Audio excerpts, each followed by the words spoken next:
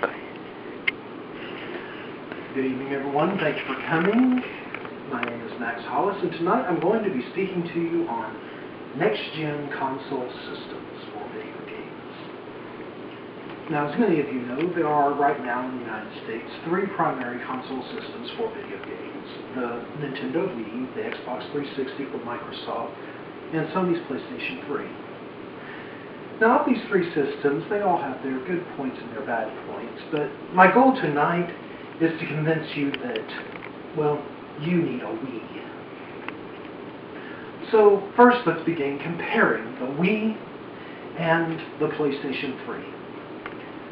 We'll begin the comparison with price. The average price for a PlayStation 3, the low-end model that can't do most of what you want, is $400. The Wii, which comes with everything you need to play any game you want, starts and ends at $250. $150 cheaper, and it does everything you want. Whereas with the PlayStation 3, you're going to have to buy, well, more memory. A PlayStation 2 to play all your old games because it's not backward compatible. And, oh yes, you're also going to have to wait at least another year to get more than 2 or 3 games that are worth playing. Whereas the Wii already has a good couple of dozen games that are off the charts. Next, we will compare the Wii and the 360. Well, this comparison's a little bit closer. Once again, we have the price difference, since the Xbox 360 still runs around $400.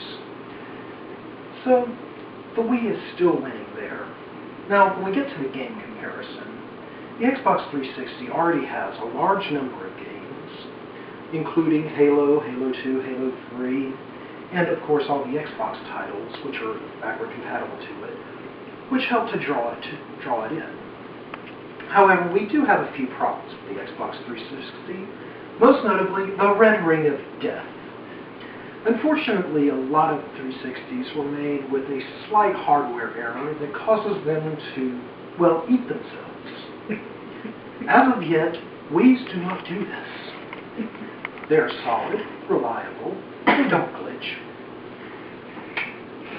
Another advantage to the Wii, and this is one of the better ones, is simply the ease and intuitive nature of its controls.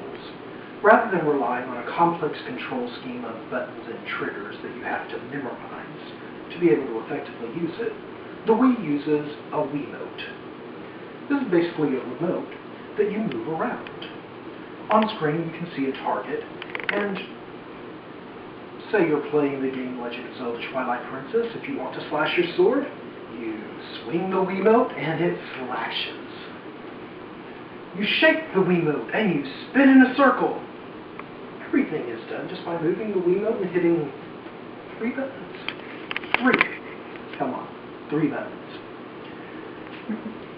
Plus, because this is actually directly involving you in the gaming experience, we have physical activity.